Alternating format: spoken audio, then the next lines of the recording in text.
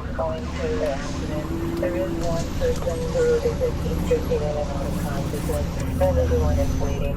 They're blocking the west side of 45th Street, blocking eastbound traffic.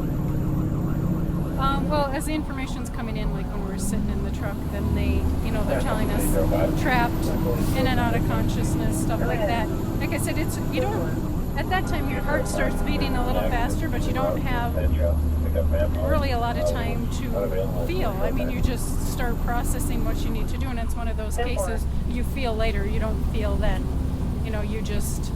You concentrate on what needs to be done, and even on the way there, it's just, okay, well, we got to think obviously it's a lot of traffic going on right now, so we got to think of safety for the crew as well as safety for the people we're dealing with. They've accepted me, and I don't feel like I'm the only female there. And every crew is a little bit different, but I think initially it was probably hard for them because when you're used to working with nothing but guys, and now you have this female here, and we don't really know her very well, and we don't know her personality, and we don't know, and I'm sure in the beginning they were a little bit uncomfortable. And for me, the key was just to show them my personality so that they wouldn't feel more comfortable having me. And it's huge to be able to show them that they can depend on me and rely on me in an emergency situation.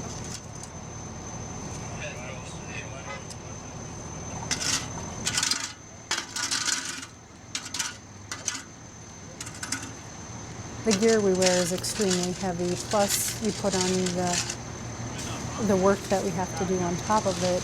It's draining, and then the emotional part that comes into play as well. I don't think the emotional part you realize as much when you're on scene because you're so focused on what you're doing, and you just need to get it done. But the emotional stuff is what sets in more after the fact, when you can kind of process it and go, oh, what did I see?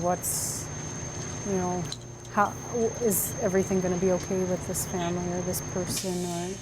Or, that's when the emotional stuff really sets in, and the difficulty, I would say, is more after the fact than actually at that moment.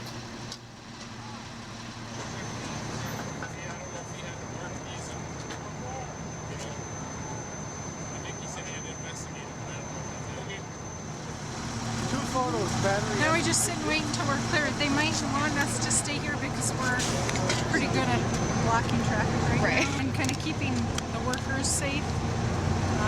So now we just kind of sit and wait until they tell us we can leave. Are we clear, or are we hanging around? Well, you can stay there for a minute. No, I'm just wondering. Yes, of course. It's always the coworkers. The guys I work with, they're the best.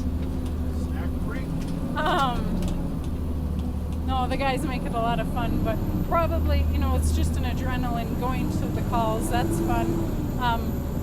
If you have a chance to help somebody's situation, that's kind of a feel-good.